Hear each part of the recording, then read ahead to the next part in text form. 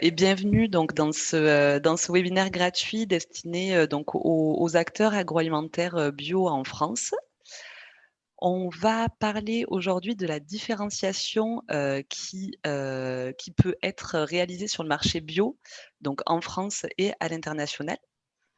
Le webinaire d'aujourd'hui, il va durer environ 1 heure. Donc, il y a Julien Peuzet qui est avec moi aujourd'hui, qui va se présenter juste après.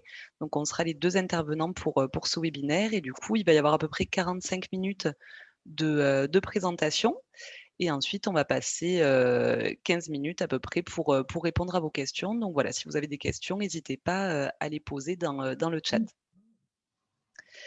Donc, une nouvelle fois, ce webinaire, il est principalement destiné aux acteurs du secteur alimentaire bio. Donc, tous les sujets qui sont en lien avec le secteur cosmétique, textile et coproduits, on ne va pas forcément en parler aujourd'hui, puisqu'on est vraiment sur l'alimentaire, mais des enjeux et des hommes peut vous proposer d'autres formations sur la thématique des textiles, cosmétiques et coproduits, etc.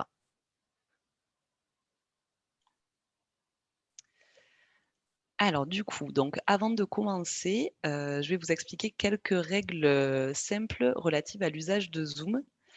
Donc vous ne pouvez pas être vu, ni, entendu. Par contre, vous pouvez converser, vous pouvez envoyer des messages en cliquant sur l'onglet «Converser», sur votre barre des tâches de Zoom. Et du coup, dans l'onglet «Converser», vous pouvez écrire, vos questions, vos remarques, quoi que ce soit. Et du coup, par contre, il faut faire attention, pour poser vos questions, comme, Mathilde l'a écrit dans le chat, il est nécessaire, avant d'envoyer du coup la question, de sélectionner, tous les conférenciers et tous les participants.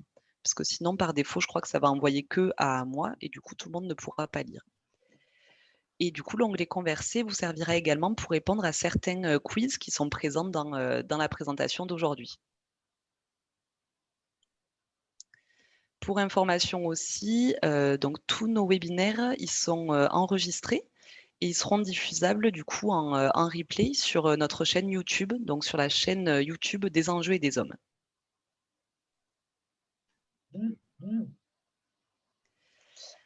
Du coup, donc comme je le disais tout à l'heure, concernant le webinaire d'aujourd'hui sur, la différenciation bio en France et à l'international, on sera, 2 intervenants à parler de ces sujets avec vous.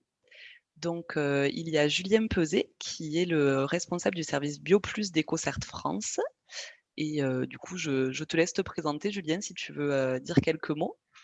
Merci Margot, bonjour tout le monde.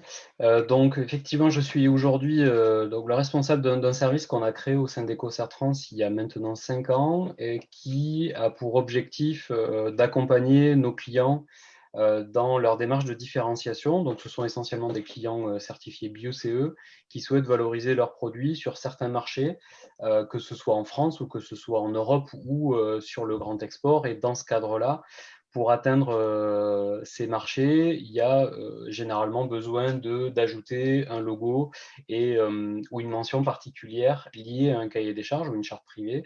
Et dans ce cadre-là, il y a la plupart du temps une nécessité de faire des vérifications complémentaires.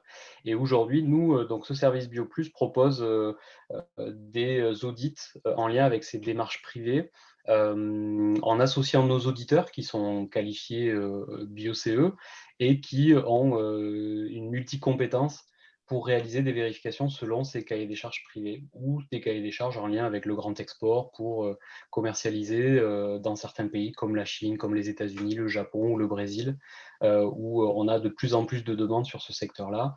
Donc on est là pour répondre aux questions et proposer ces services pour faciliter en fait les démarches d'export et de certification selon ces labels particuliers. Parfait, merci Julien. Donc voilà, donc Julien sera, un des intervenants, pour cette présentation et du coup la deuxième intervenante, c'est moi. Donc je suis Margot Labarthe et donc je suis consultante, pour, Des enjeux et des hommes. Donc Des enjeux et des hommes, c'est la filiale d'EcoCert qui est, dédiée, à l'accompagnement et à la formation des entreprises, donc sur différentes thématiques en lien avec, l'agriculture durable, la bio, le commerce équitable, la RSE. Et du coup, on propose des accompagnements et des formations en France et aussi à l'international. Donc de mon côté, je travaille depuis 3 ans et demi au sein du groupe EcoCert, dont depuis 2 ans chez Des Enjeux et des Hommes. Et du coup, au sein d'EcoCert, j'ai aussi travaillé au sein du service BioPlus, donc de Julien, sur toutes les thématiques liées aux référentiels bionationaux et aux référentiels privés. Alors du coup, par rapport au programme de la petite formation d'aujourd'hui, on va commencer par parler un petit peu contexte et des chiffres clés en lien avec l'agriculture bio et les principales demandes des consommateurs aujourd'hui. Ensuite, Julien prendra le relais pour vous présenter des différentes démarches privées sur le territoire français. Donc, comment se différencier en bio sur le marché français, avec un focus sur des démarches qui visent à valoriser la biodiversité.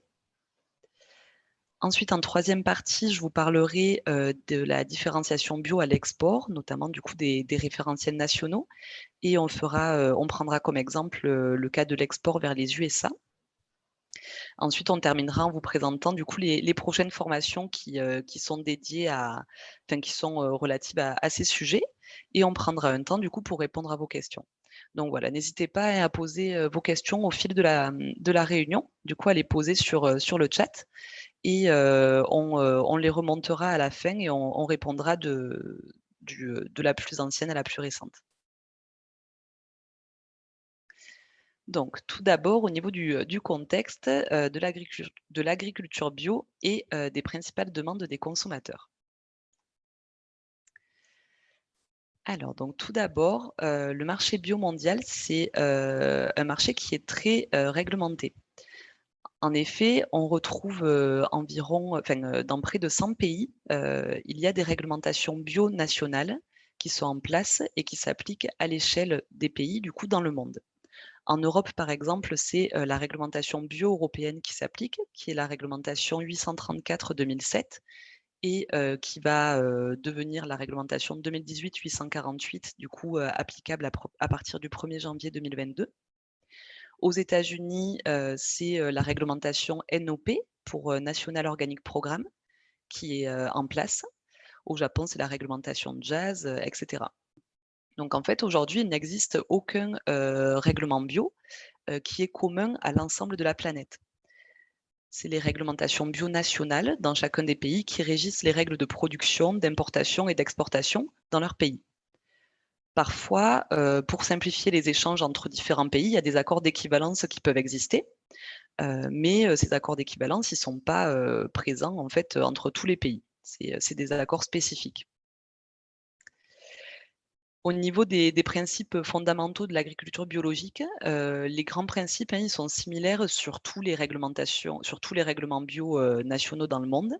Ils répondent notamment aux enjeux de gestion durable des ressources, respect des cycles naturels, respect du bien-être animal, non-recours aux produits chimiques de synthèse, non-utilisation d'OGM et recherche d'autonomie, notamment en lien avec l'alimentation animale.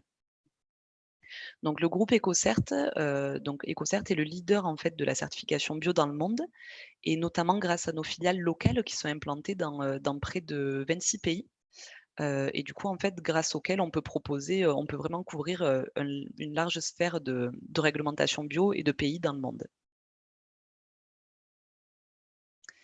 Alors, du coup, avant de commencer, d'aller un petit peu plus loin dans cette partie de contexte, on va commencer avec un petit quiz. Donc, vous pouvez répondre directement en écrivant du coup dans l'onglet Converser de la conversation Zoom. Donc, selon vous, qui est le plus grand consommateur de produits bio dans le monde? Donc, la réponse A, c'est la Chine. La réponse B, c'est l'Union européenne. Et la réponse C, c'est les États-Unis. Alors, on vous laisse un petit peu répondre. Je vois passer du C, un peu de B.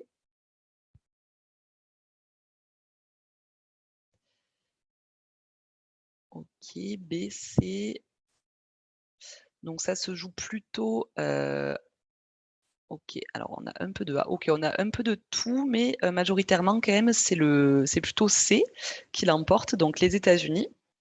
Donc, vous avez raison, hein, c'est bien ça en fait en termes de chiffre d'affaires de produits bio consommés, le plus grand consommateur de produits bio, c'est les États-Unis, avec près de 40 du marché bio mondial. Arrive ensuite l'Europe, avec notamment, la France et l'Allemagne qui représentent, à elles 2, 22 de la consommation mondiale et la Chine du coup qui ne cesse d'avoir, un pourcentage de consommation qui augmente et qui est aujourd'hui en troisième position avec, 8.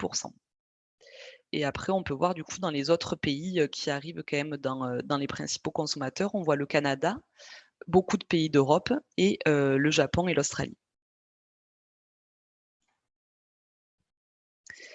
Le marché, alimentaire bio mondial, il a été, plus que multiplié par 7 en 20 ans.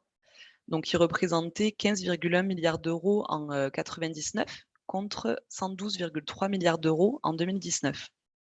On retrouve notamment, une nouvelle fois donc sur cette figure les principaux marchés bio, donc avec les États-Unis en tête, enfin l'Amérique du Nord qui comprend du coup États-Unis et Canada, l'Union européenne et l'Asie notamment, via, la Chine.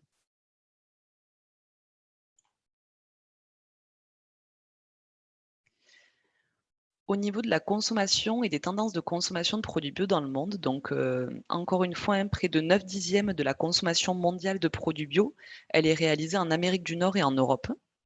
Donc c'est vraiment les marchés principaux, c'est vraiment, Amérique, du Nord, donc États-Unis, Canada et Union européenne. Et ensuite, donc les fruits, légumes et produits laitiers, ce sont les produits bio, les plus populaires dans le monde. Donc c'est les produits qui sont les produits bio les plus consommés. Et aujourd'hui, la grande distribution est le principal, circuit de vente des produits bio, puisqu'on retrouve en fait de plus en plus de produits bio, dans la grande distribution, ce qui permet, de les lisser comme principal distributeur de produits bio.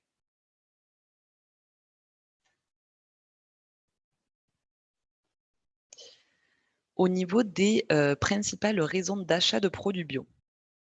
Donc, d'après, le carnet monde de l'agence bio, donc pour information, l'agence bio, c'est un organisme qui recense tous les opérateurs bio français, et du coup qui réalise plusieurs études, donc, annuellement ou, bisannuellement sur les tendances de consommation bio en France, en Union européenne et dans le monde.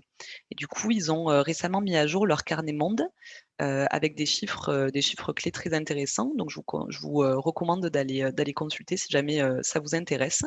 Et on y retrouve du coup notamment les principales raisons d'achat de produits bio, hem, donc pour des consommateurs, dans le monde. Donc la première raison, c'est les bénéfices pour la santé du consommateur. La deuxième raison, c'est la protection de l'environnement. La troisième raison, c'est la sécurité alimentaire et la qualité des produits bio, notamment, au niveau du goût. Et la dernière raison, mais qui est quand même la principale raison d'achat, pour des consommateurs européens, c'est le respect du bien-être animal.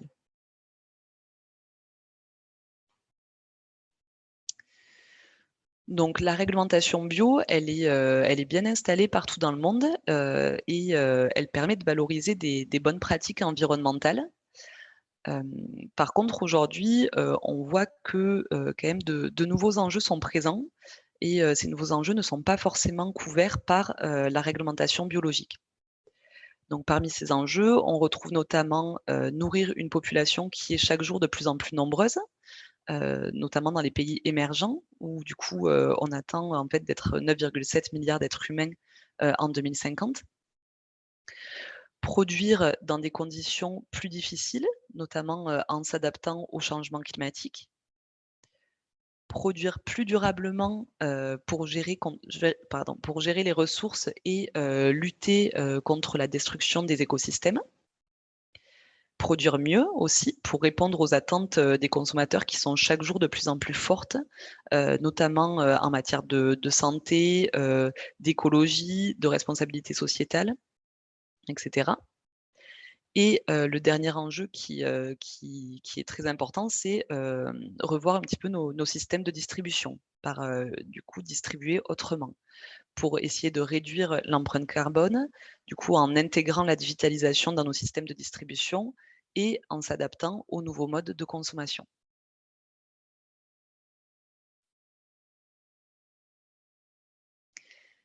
Donc face à ces nouveaux enjeux, les consommateurs ont, des attentes de plus en plus importantes, et du coup, les consommateurs se dirigent en fait vers des labels et des sigles de qualité dans lesquels ils ont confiance pour satisfaire leurs attentes. Donc, là, on a pris l'exemple de 2 études de consommateurs, donc, de Kantar et de Études France Stratégie, qui ont notamment montré que, donc les consommateurs français et notamment les millénials, donc les moins de 35 ans, reconnaissaient principalement, en label du coup, le label rouge, le label, agriculture biologique, le label Origine France, le label, végan et les mentions, sans, donc sans sucre ajouté, sans colorant, sans pesticides, sans gluten. Il y a aussi la mention élevée en plein air qui est très importante et reconnue des consommateurs. Du coup, en fait, on remarque aujourd'hui que les consommateurs, ils s'orientent vers, un besoin de garantie de résultat, pour pouvoir faire confiance en fait à une marque, à un label ou à une mention.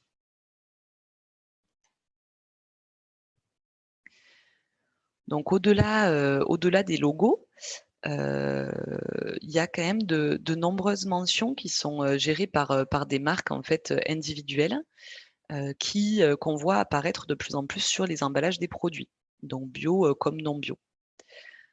En effet, en lien avec, la demande en fait d'obligation de résultat qui est recherchée par les consommateurs, de nombreuses marques, ont pris le parti de réaliser en fait des chartes internes de production qui visent à promouvoir certaines bonnes pratiques, soit en lien avec, le local, avec, le maintien de la biodiversité, la préservation des ressources en eau, l'équitable avec, la juste rémunération des producteurs, la santé et cetera. Et du coup, ces chartes internes, elles visent en fait à apposer certains indicateurs sur l'emballage des produits.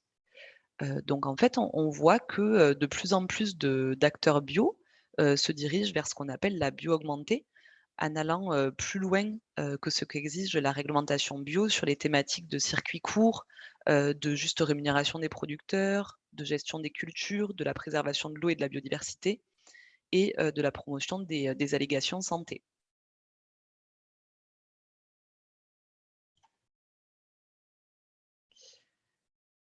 Donc en lien, avec, ces différents éléments de contexte, on remarque en fait 2 principales voies de différenciation qui se dessinent pour les acteurs bio, agroalimentaires. Donc il y a une différenciation, qui est possible sur le marché français, notamment, via des démarches privées qui, valorisent certaines bonnes pratiques sur certaines thématiques. Donc on va vous en parler juste après. Ou, la différenciation à l'international via, l'export de produits biologiques. Donc je laisse la parole à Julien Peuzet qui va maintenant vous parler donc des différentes, démarches privées existantes sur le marché français. Merci Margot. Alors effectivement, donc dans ce monde un petit peu qui se complexifie, il y a effectivement, bon, elle vient répondre essentiellement à une demande des consommateurs, donc comme l'a expliqué Margot juste avant. Donc les consommateurs sont de plus en plus au fait par une exposition médiatique, par des outils, des applications type Yuka. Donc les consommateurs sont de plus en plus en recherche en fait de garantie à travers un logo, de garantie à travers des mentions, de garantie à travers des notations. Et ces garanties, elles vont porter sur différentes thématiques que l'on retrouve souvent dans les grands fondements de l'agriculture biologique, mais on se rend compte que le consommateur va chercher un petit peu plus de renseignements sur des thématiques plus particulières, avec un focus particulier sur de la biodiversité. Aujourd'hui, la bio promeut la biodiversité, mais ne va pas forcément aborder la biodiversité par des points normés comme des surfaces de compensation écologique, des choses comme ça. Donc le consommateur, lui, est plus attentif sur cette thématique biodiversité et va chercher des labels, des mentions qui vont garantir que sur une exploitation ou dans une entreprise, il y a des actions concrètes, normées, contrôlées, certifiées, en lien avec la biodiversité. On a la même exigence sur le bien-être animal. Donc le bien-être animal, c'est un grand sujet aujourd'hui. donc de la même manière avec une exposition médiatique qui est assez importante, notamment en lien avec les processus plutôt industriels en termes de production, d'abattage. Mais malgré tout, le consommateur, lui, se sensibilise au bien-être animal, que ce soit sur la viande, le lait, l'œuf, mais aussi le miel. On a de plus en plus de consommateurs attentifs sur les conditions d'élevage en apiculture. Donc ça brosse vraiment toutes les filières agricoles. On a une sensibilité évidemment sur le local en lien avec ces problématiques carbone, de réduction de déplacement et d'être au plus proche des zones de production. Donc ça fait appel aussi cette notion de local avec des notions de traçabilité en réduisant un maximum les intermédiaires, mais dans les filières longues, il y a des démarches qui garantissent et pour lesquelles des chaînes de traçabilité sont certifiées pour certaines filières, donc de l'amont vers l'aval, du producteur jusqu'au distributeur, sur des filières souvent nord-sud, avec des filières de production au sud et des filières de consommation, on va dire plutôt sur la partie nord, en lien également avec le commerce équitable. On parle de nord-sud, mais aujourd'hui on parle beaucoup de nord-nord. Donc là aussi, dans nos systèmes agricoles en France, et notamment nos systèmes coopératifs, les coopératives, les filières s'intéressent de plus en plus donc à ces systèmes de rémunération avec leurs coopérateurs, avec leurs producteurs. Donc la coopération agricole, c'est quelque chose qui existe depuis très longtemps, mais aujourd'hui, par l'intermédiaire de certification commerce équitable Nord-Nord, ces coopératives, ces filières viennent garantir le respect d'une rémunération, enfin tous les principes du commerce équitable. Et pour finir dans ces thématiques, Margot l'a abordé, donc cette fameuse bio-augmentée qui vient garantir à un consommateur non seulement un logo, qui est souvent le logo bio-européen, en tout cas en France ou en Europe, mais qui vient rajouter un certain nombre de mentions sur les surfaces de compensation écologique pour la biodiversité ou la durée de pâturage des animaux, des vaches, pour garantir que dans telle démarche, les vaches vont pouvoir pâturer à peu près 200 jours par an. Et cette mention est apposée sur étiquette, et qui dit mention apposée sur étiquette amène une garantie au consommateur, et cette garantie, la plupart du temps, elle est vérifiée par des organismes indépendants comme EcoCert. Donc, en réponse à toutes ces demandes-là, les filières, alors ça passe par l'intermédiaire d'associations, de groupements de producteurs, de collectivités, donc vont déposer un certain nombre de cahiers des charges pour assurer aux consommateurs le respect d'un certain nombre d'exigences, ce qui amène la multiplication d'un certain nombre de logos et ce qui peut amener parfois aussi, et c'est un peu le biais qu'on peut trouver à la multiplication de ces démarches, une certaine confusion pour le consommateur. Pour vous faire un petit panorama, mais qui n'est pas exhaustif, et plutôt focus donc, sur l'agriculture biologique, qui est notre cœur de métier, ce sur quoi on travaille beaucoup. Donc notre cœur de métier est vraiment sur l'agriculture biologique, et on retrouve ces démarches qui sont la plupart du temps privées, qui sont associées sur une base bio, avec une obligation d'être d'abord certifié bio avant d'être certifié selon un cahier des charges particulier. On peut parler donc dans les grandes thématiques de la biodynamie, que la plupart d'entre vous connaissent, j'imagine, qui se décline en France avec deux grandes marques. La première qui est Déméter, donc qui est une marque qui n'est pas seulement française, qui est plutôt reconnaissance internationale, qui a une origine plutôt germanique, mais qui est très connue en France, notamment dans le domaine du vin, où les pratiques de la biodynamie se prêtent assez bien à la conduite de la vigne et à la conduite au chai également, puisqu'on aborde à la fois les pratiques de la biodynamie sur la vigne, avec les grands fondements de Steiner, qui est l'initiateur, on va dire, de l'agriculture biodynamique. Et ensuite, au chai, en vinification, il y a aussi des pratiques qui sont interdites, autorisées, recommandées, pour pouvoir maintenir une continuité entre la vigne et le vin. Donc ces pratiques de la biodynamie, elles reposent aussi sur de l'agriculture biologique. On parle de Biodivin aussi, qui est une marque qui est peut-être moins connue, qui est une affaire de spécialistes dans le domaine du vin, de la vinification, et qui regroupe en France un certain nombre de vignerons et qui partagent à la fois des valeurs sur la biodynamie, mais aussi des pratiques concrètes de partage d'expérience et de partage de savoir-faire. Sur autre thématique, donc la biodiversité, il y a de la même manière, on connaît aujourd'hui BioSuisse qui s'adresse vraiment au marché suisse et qui est très dynamique aujourd'hui. Donc, les consommateurs suisses sont très demandeurs et très consommateurs de produits bio, mais ils s'attachent aussi à un logo qui s'appelle Le Bourgeon et qui vraiment valorise, promeut la biodiversité par un certain nombre de critères.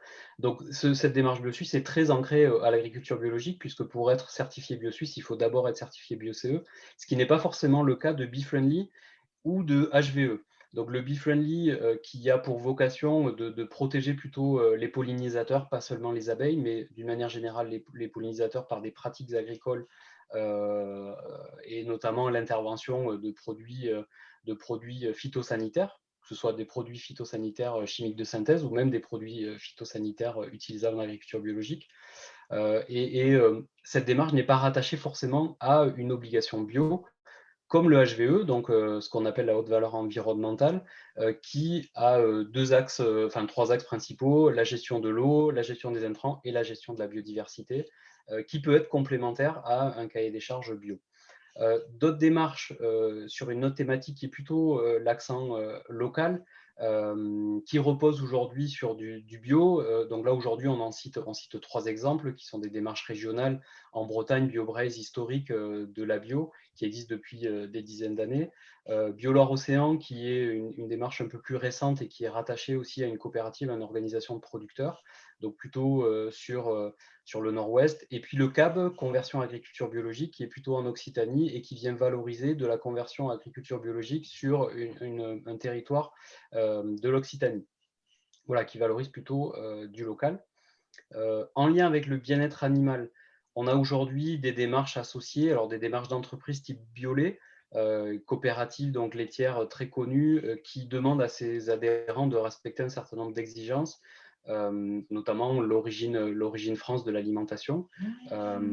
Et ensuite, vous avez également des démarches comme les Ports Bio de France, qui, elle, promeut le 100% paille pour ces ports, entre autres. Vous avez une démarche qui n'est pas liée au bio, qui est assez récente sur le marché, qui est l'étiquette bien-être animal et qui, par un système de notation, va garantir le respect. Alors, c'est une filière volaille qui est aujourd'hui la seule qui est certifiée dans ce cadre-là. Ils sont en train de travailler sur une étiquette bien-être animal pour les porcs. Et donc là, de la même manière, il y a des audits qui sont réalisés dans les élevages, mais également sur les transports et sur l'abattage. Également, vous avez donc évidemment en lien avec ces thématiques, vous avez les pratiques équitables, du commerce équitable, donc celles qui sont en lien avec la bio, qui sont connues aujourd'hui. On est plutôt sur du bio équitable en France ou du bio français équitable, qui sont 2 démarches bien distinctes et qui ont pour vocation de valoriser des filières plutôt nord-nord, avec des systèmes de coopération sur des questions de rémunération, sur des questions de fonds de développement, sur des questions de pérennisation de la contractualisation entre un acheteur et la chaîne de production. Non associé au bio, vous avez également le logo Fair for Life, qui est une démarche initiée donc qui est proposée par EcoCert, qui est certifiée par EcoCert, qui là n'est pas forcément en lien avec le bio. Elle est très connue aujourd'hui sur des filières nord-sud, mais elle se développe énormément, notamment en France, sur des filières nord-nord. Ensuite, vous avez la thématique qui est plutôt plus globale, en prenant un petit peu du recul, qu'on appelle agriculture durable, qui sont connues aujourd'hui, alors en France, sur des chaînes de traçabilité, donc avec des productions qui sont en dehors de la France, en dehors de l'Europe même, et qui viennent garantir sur certaines filières des démarches de traçabilité, des thématiques d'agriculture durable, avec des points sociaux notamment sur la partie production. Et on a en France un certain nombre de filières qui valorisent la distribution de ces produits sous ces labels-là. Donc, on a le Rainforest Alliance, qui est une démarche existante et qui vient aujourd'hui fusionner avec le UTZ, le UTZ, donc sur des filières cacao, café ou autres. Et aujourd'hui, donc à partir du 1er juillet 2021, donc là demain, le UTZ n'existera plus, puisqu'il va, il va se reposer essentiellement sur la certification Rainforest Alliance. Et puis pour finir sur ces démarches de chaîne de traçabilité dans la thématique agriculture durable ou plutôt aquaculture durable, on a à la fois la pêcherie durable et à la fois l'aquaculture durable avec le MSC pour la pêcherie durable et l'ASC pour l'aquaculture durable.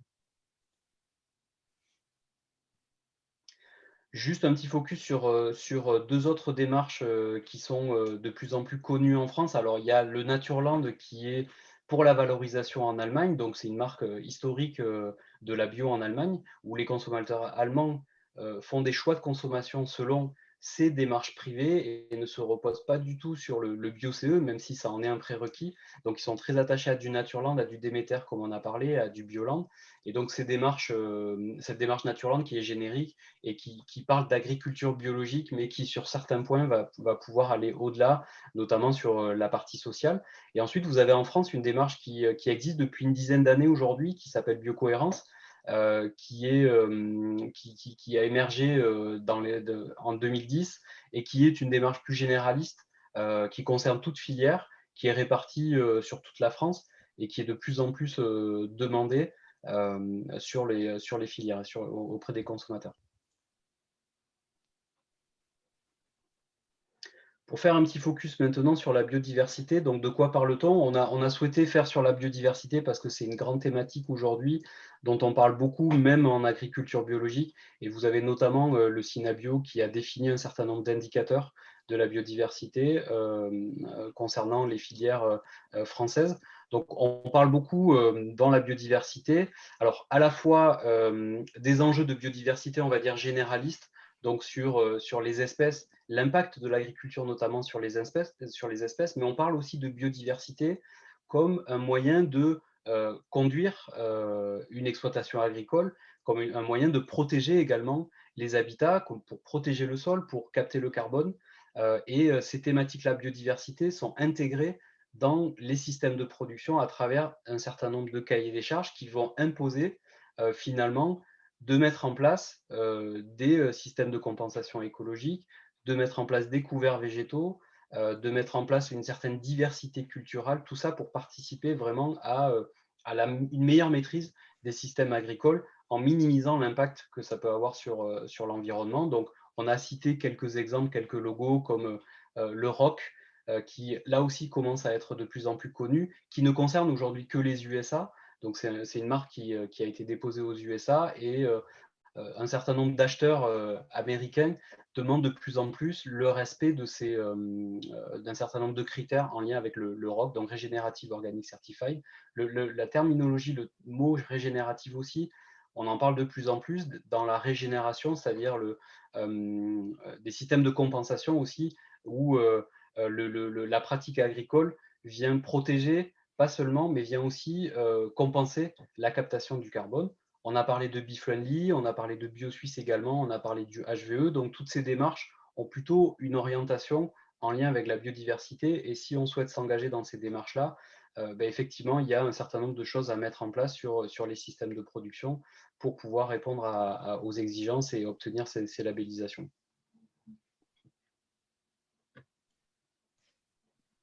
Super, parfait. Merci Julien. Du coup, donc, je continue sur la différenciation bio à l'export. Je vois qu'il y a eu quelques questions, quelques remarques dans le chat. On peut peut-être faire un premier tour parce qu'il n'y en avait pas eu énormément.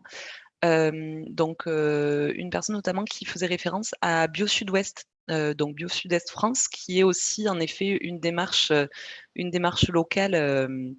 Je ne sais pas si Julien, tu veux en dire un mot? Oui, absolument.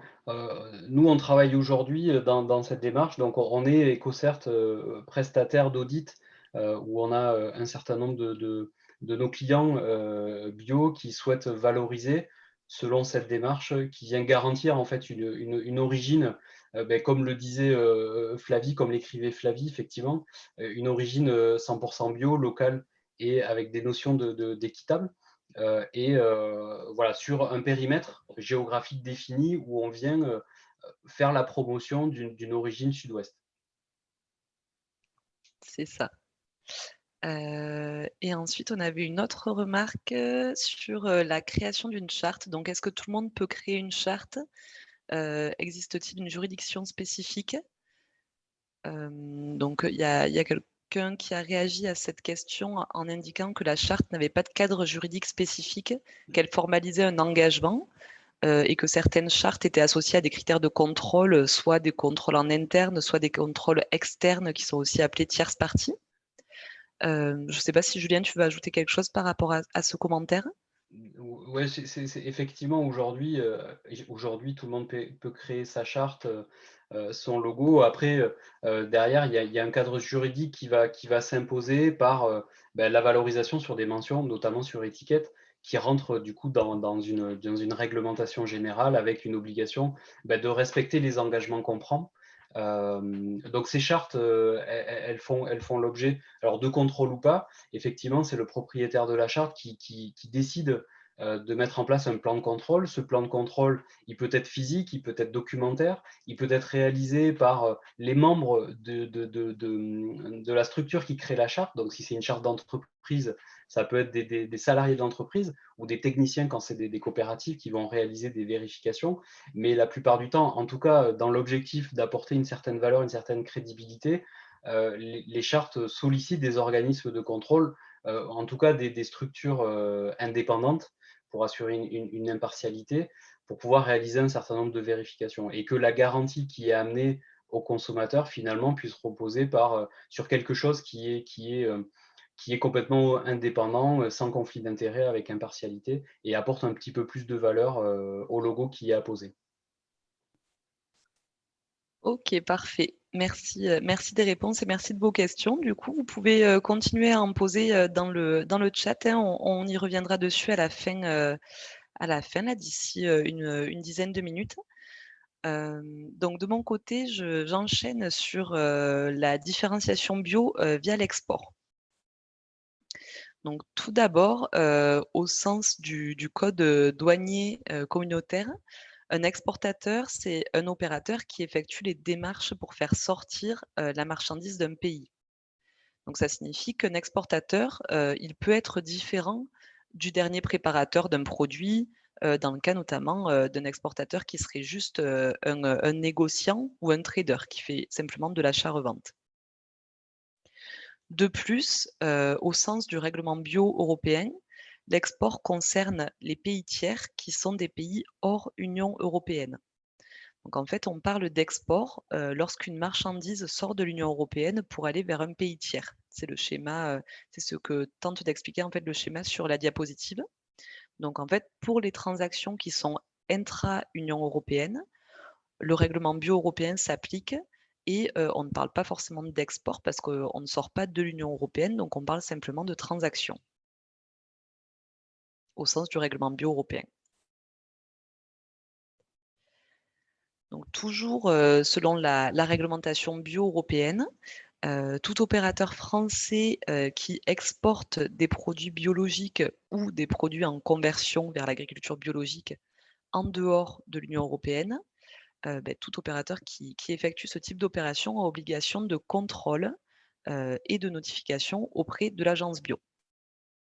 Donc en fait, dans le cas où, vous devenez exportateur de produits bio, il est nécessaire de prendre contact avec un organisme certificateur, comme EcoCert par exemple, pour, vous engager dans une démarche de certification. Et il est aussi nécessaire, de notifier votre activité auprès de l'agence bio, qui, comme je l'ai dit tout à l'heure, en fait, recense les opérateurs bio français, et du coup permet d'avoir ensuite des statistiques, fiables.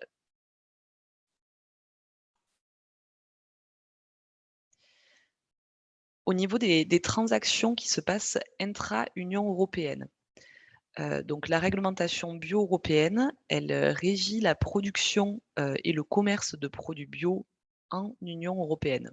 Donc en fait, les règles qui sont dictées par la réglementation bio européenne, elles s'appliquent à tous les pays membres de l'Union européenne. De ce fait, le commerce et le transport de produits bio certifiés selon la réglementation bio européenne, donc 834/2007, tout le commerce qui se fait en fait intra-Union européenne, est libre. Ça signifie que, lorsqu'un produit bio est vendu, d'un pays membre de l'Union européenne vers un autre pays membre, le fournisseur en fait de produits bio, donc le vendeur, doit fournir à son client, uniquement son certificat bio et une facture de vente, avec les mentions bio. Il y a pas besoin en fait d'avoir une certification complémentaire à la certification bio européenne. Il y a pas besoin de faire de demande de certificat de transaction ou quoi que ce soit, pour exporter au sein de l'Union européenne. Concernant donc le Brexit, qui est donc applicable en fait donc depuis le 1er janvier 2021, donc les règles en fait de commerce de produits bio entre l'Union européenne et le Royaume-Uni ont changé depuis cette date. Donc la libre circulation des marchandises entre l'Union européenne et le Royaume-Uni est terminée et un accord d'équivalence a été conclu entre le Royaume-Uni et l'Union européenne concernant le commerce de produits bio. Pour information, l'Irlande du Nord n'est pas concernée par ces nouvelles règles douanières.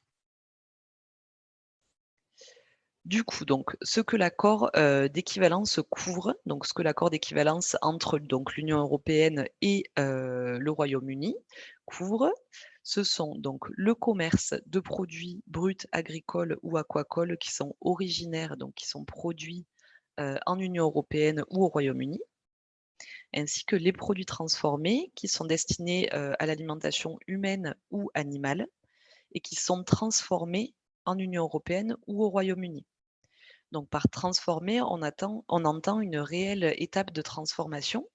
Donc en fait, ça signifie qu'une opération simple d'étiquetage ou de conditionnement en Union européenne, si la transformation avait été faite en dehors de l'Union européenne, par exemple, ben, ce type de produit ne serait pas éligible pour l'équivalence parce que la transformation en fait n'est pas suffisante. Il faut vraiment une réelle transformation en Union européenne pour que le produit soit couvert par l'équivalence.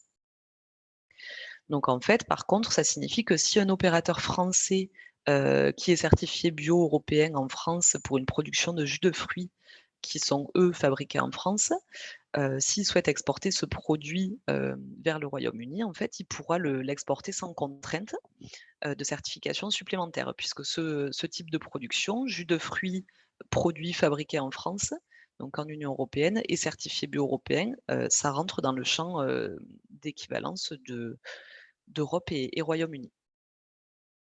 Par contre, point d'attention important, donc pour exporter des produits bio de l'Union européenne vers le Royaume-Uni via l'équivalence, un GBCOI, donc qu'on appelle aussi certificat de transaction, sera nécessaire à partir du 1er janvier 2022.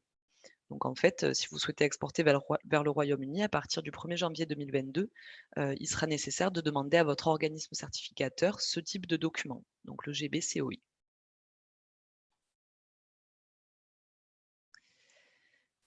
Concernant le commerce de produits bio depuis l'Union européenne vers des pays tiers, donc hors Union européenne, il existe 3 différentes modalités d'exportation qui dépendent du pays de destination. Donc première possibilité, c'est en fait l'export vers des pays qui ont signé en fait des accords d'équivalence totale ou partielle avec l'Union européenne et du coup qui permettent d'exporter des produits certifiés bio en Union européenne sans contrainte particulière vers d'autres pays, grâce à ces accords d'équivalence qui sont officiellement signés. C'est le cas notamment donc des États-Unis, de la Suisse, du Canada, etc. Il y a plusieurs pays dans ce cas-là. Deuxième cas de figure, c'est lorsque le pays en fait, vers lequel on souhaite exporter n'a pas signé officiellement d'accord d'équivalence. Par contre, le pays vers lequel on souhaite exporter reconnaît la réglementation bio européenne. Donc, en fait, le logo bio européen est connu dans ces pays et en fait, il est accepté dans ces pays-là. Donc, il y a une reconnaissance. Donc, en fait, dans ces cas-là, les démarches pour exporter sont relativement simples, hein, assez similaires à lorsqu'il y a un accord d'équivalence signé, puisqu'il n'y a pas besoin d'une certification complémentaire. Donc c'est notamment le cas, hein, ce cas de reconnaissance, c'est surtout le cas en fait des pays qui n'ont pas forcément de réglementation bio applicable à l'échelle nationale et qui du coup acceptent les autres réglementations bio nationales. Et donc le troisième cas de figure qui est le plus complexe, le plus complexe pour exporter, c'est lorsque le pays vers lequel on souhaite exporter ne reconnaît pas le règlement bio européen et n'a pas non plus d'accord d'équivalence signé avec l'Union européenne.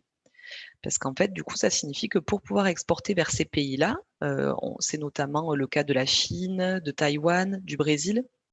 Même pour exporter vers ces pays-là, il faut absolument pouvoir faire certifier sa production selon la réglementation du pays de destination.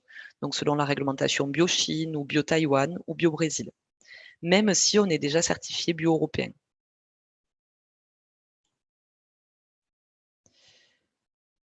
Alors, avant d'aller plus loin sur les démarches d'export et de vous donner plus d'éléments sur les pays avec équivalence, reconnaissance ou certification obligatoire, est-ce que vous pourriez donc écrire dans l'onglet Converser des idées de pays qui, selon vous, ont signé des accords d'équivalence avec l'Union européenne pour le commerce de produits bio?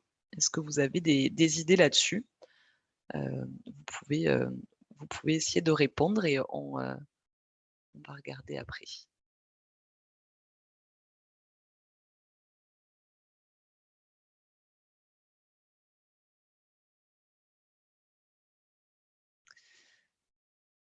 Alors, je vois Japon, Australie, Canada, USA, Turquie, Émirats arabes unis. Ok, Suisse, Maroc.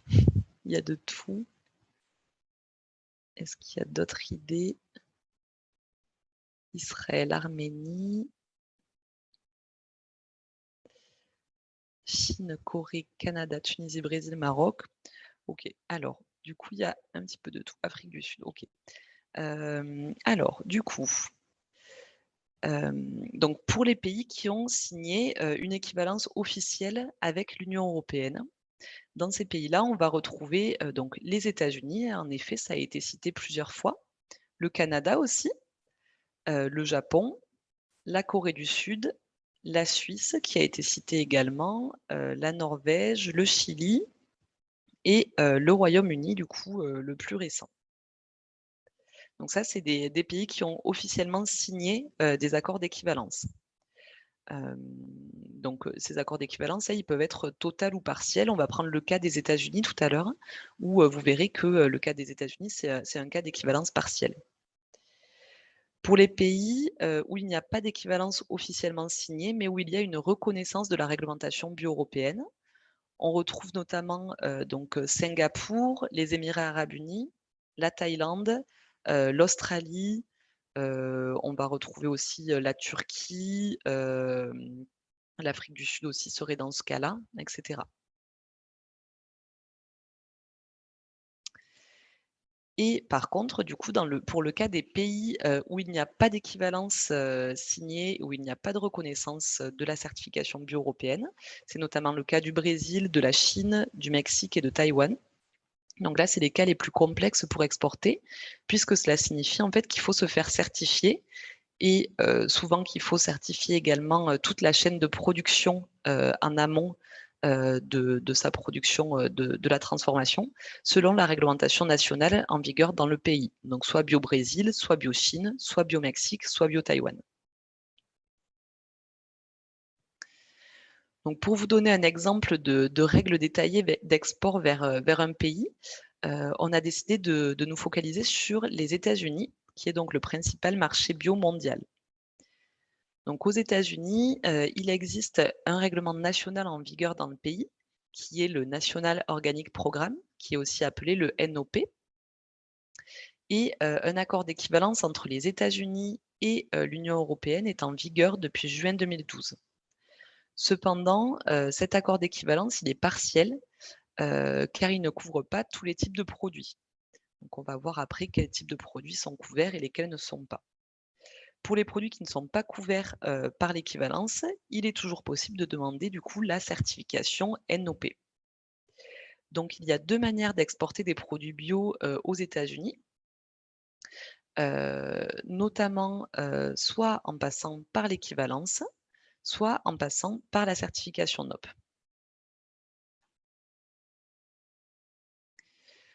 Au niveau de l'équivalence, donc comme précisé précédemment, l'accord d'équivalence entre l'Union européenne et les États-Unis, il est partiel, puisque il couvre donc l'ensemble des productions végétales et des produits d'origine végétale. Par contre, il ne couvre pas certains produits comme l'aquaculture et certains critères particuliers sont à respecter pour la production de vin et pour les produits animaux. Donc pour les autres produits, donc production végétale qui sont inclus, dans le champ d'application de l'équivalence, des conditions, particulières sont à respecter.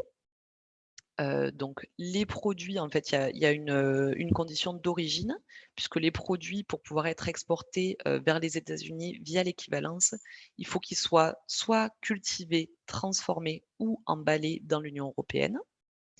Il faut qu'ils soient certifiés bio européens par un organisme bio-européen, accrédité comme EcoCert.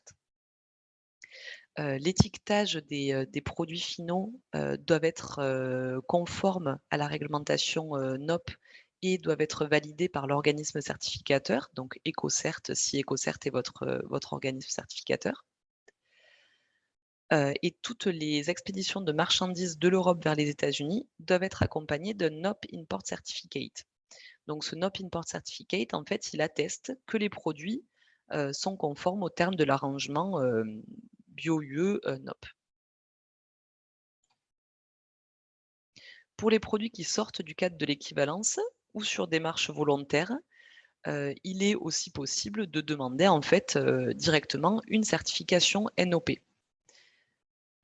Par contre, cette certification, c'est une certification qui est complémentaire à la certification bio-européenne et qui nécessite du coup un contrôle additionnel et une certification additionnelle, qui sont donc à la charge de l'opérateur. EcoCert France, et notamment du coup via le service BioPlus, est accrédité par l'USDA. Donc l'USDA, c'est le ministère de l'Agriculture, aux États-Unis, pour réaliser, les contrôles et la certification.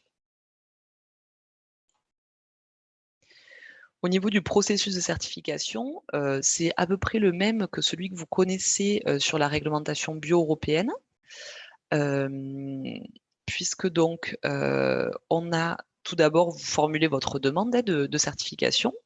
Ensuite, EcoCert donc, étudie votre demande et vous engage. Suite à ça, vous devez envoyer, ce qu'on appelle, un OSP, donc Organic System Plan, qui est, une sorte de gros descriptif de votre activité, où vous répertoriez en fait tous les intrants qui sont présents dans vos produits, vos procédures et cetera. Et ce document est évalué de manière documentaire en amont de l'audit. Ensuite, donc, il y a l'audit sur site qui est planifié, tous les ans comme pour l'audit bio-européen. Puis il y a une certification qui est faite suite à l'audit et ensuite le processus de certification se renouvelle tous les ans. Les points particuliers de la certification NOP, donc c'est comme je l'ai dit, il y a un dossier, spécifique à constituer qui s'appelle l'Organic System Plan. Donc ce dossier, c'est quelque chose qu'on ne demande pas du tout aujourd'hui, en, réglementation bio européenne. Donc c'est très spécifique aux réglementations internationales et notamment aux NOP. Donc ça demande un petit peu de travail de préparation.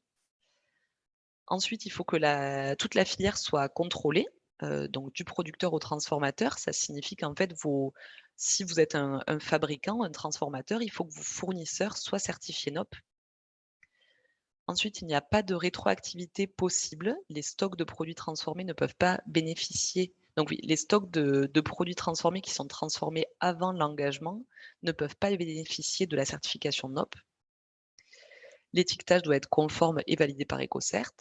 Et dans le cas de la certification NOP, il n'y a pas de nécessité de faire une demande de certificat de transaction NOP Import Certificate lors de chaque export, puisque le certificat NOP en fait est suffisant.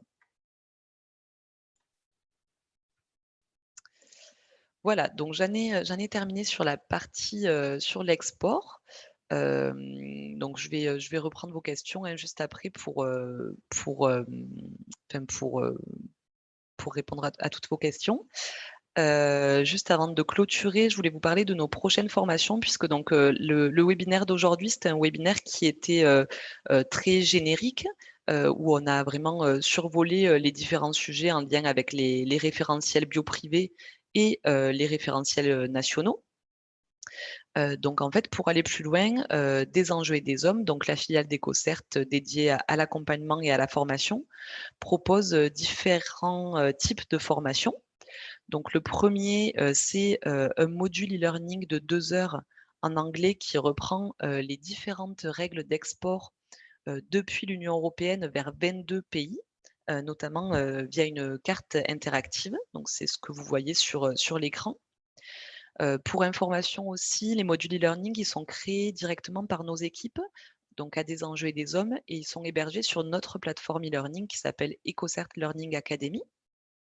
Donc une fois en fait que vous avez souscrit à ce module, vous avez un accès illimité au module pendant une durée de 3 mois.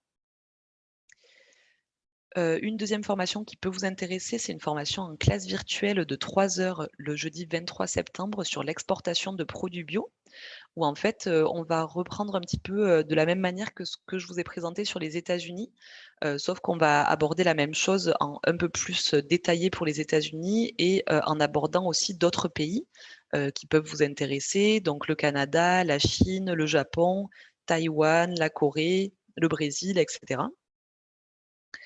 Et une autre formation qu'on peut vous proposer également en classe virtuelle, sur une classe virtuelle de 2 heures le 19 octobre, sur, la valorisation de vos pratiques durables à travers des labels, où du coup on va vraiment aller plus loin, sur, les différents types de labels, Bio Plus en fait qu'on peut retrouver sur le marché.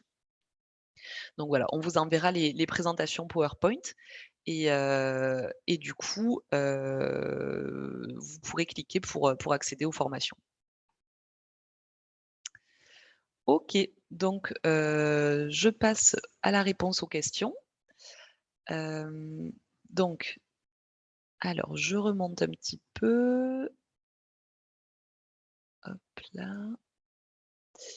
Donc au niveau des accords d'équivalence, on a reçu une question, donc: «Est-ce que ces accords sont valables avec la nouvelle version du règlement bio UE qui rentrera en vigueur en 2022?» Donc pour l'instant, les accords d'équivalence restent valables. Par contre, dans le cadre du nouveau règlement, donc ce ne sera pas en 2022, mais je crois qu'ils ont une période de transition et il me semble que c'est avant 2024 ou 2025 que tous les accords d'équivalence vont être renégociés. Donc les accords qui sont conclus aujourd'hui ne seront pas forcément, reconduits, en 2022. Au niveau de la Russie, donc j'ai une question aussi sur les règles d'export vers la Russie. Donc la Russie, c'est, un petit peu particulier puisque la Russie vient de, enfin depuis 1 an, la Russie a une réglementation bio en place dans son pays. C'est une réglementation bio en fait qui a été déjà, publiée, mais, les règles d'import ne sont pas encore très claires en fait. Pour l'instant, il est noté que, pour exporter vers la Russie, il faut soit être certifié selon le référentiel bio-russe, soit avoir une équivalence avec la Russie. Donc pour l'instant, il y a pas de personne en dehors de la Russie peut certifier selon ce référentiel et personne n'a encore conclu d'accord d'équivalence. Donc aujourd'hui, en fait, pour l'export vers la Russie, c'est un petit peu tangent. Donc on recommande surtout de voir avec les importateurs russes, donc vos clients en Russie, pour voir qu'est-ce qu'eux, ils acceptent. Puisque pour l'instant, en fait, comme il n'est pas possible de se faire certifier selon la réglementation russe en dehors de la Russie aujourd'hui, il y a pas vraiment d'autre solution. Donc si votre, client, accepte la réglementation, un produit bio UE, il faut le vérifier avec lui. Comment ça se passe avec les autres pays non mentionnés comme les pays du Maghreb? Donc les pays du Maghreb, il y en a certains qui ont, une réglementation bio, en place dans le pays. C'est notamment le cas de la Tunisie. D'autres tous n'en ont pas.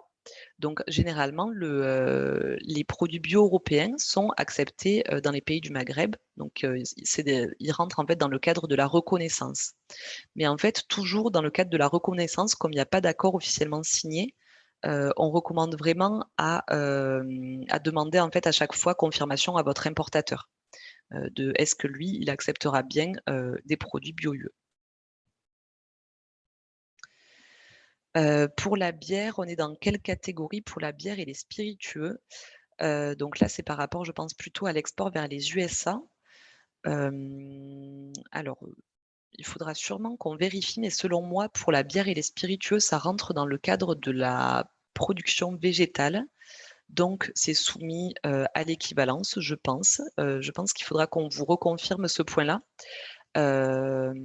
Parce que, après, bon, il y a toujours des conditions spécifiques pour les spiritueux hein, au niveau de la réglementation générale des États-Unis. Donc, ça, c'est à vérifier. Mais au-delà de ça, je ne sais pas, est-ce que Julien, toi, tu le sais ou est-ce qu'il faudra qu'on vérifie pour ces 2 points, bière et spiritueux? Selon moi, ça passe dans la production végétale. Mais... Ouais, pour moi aussi, les règles particulières s'appliquent uniquement sur le vin. Sur les vérifications particulières dans le cadre de l'équivalence, mais pas forcément ni sur la bière, puisqu'on est vraiment dans des produits d'origine végétaux. C'est ça. Ok, parfait. Ensuite, des chaînes de grande distribution aux USA qui valorisent le bio français. Alors là, bonne question. Le bio français, alors Julien, pareil, tu peux compléter, mais Ouais, ce je qu'on suis... appelle bio français. Qu'est-ce qu'on Ouais, appelle bio français ou le bio européen?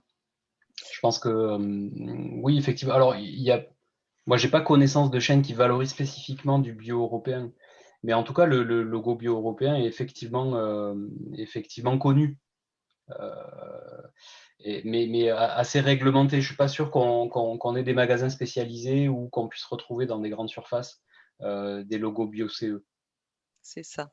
Et puis de toute façon, en fait, comme il y a une équivalence en fait entre les États-Unis et l'Europe, normalement, il y a la possibilité directement d'apposer le logo USDA en fait sur les produits bio-UE qui passent à travers l'équivalence. Donc, donc en fait, il est toujours possible d'exporter de cette manière-là. Ok, alors je ne vois pas d'autres questions. S'il y a une dernière question, n'hésitez pas à la poser avant qu'on clôture.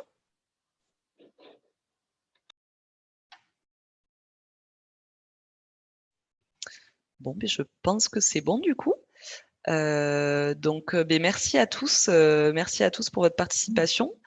On va vous renvoyer du coup. Merci aussi Julien pour ton intervention et pour ton aide là-dessus.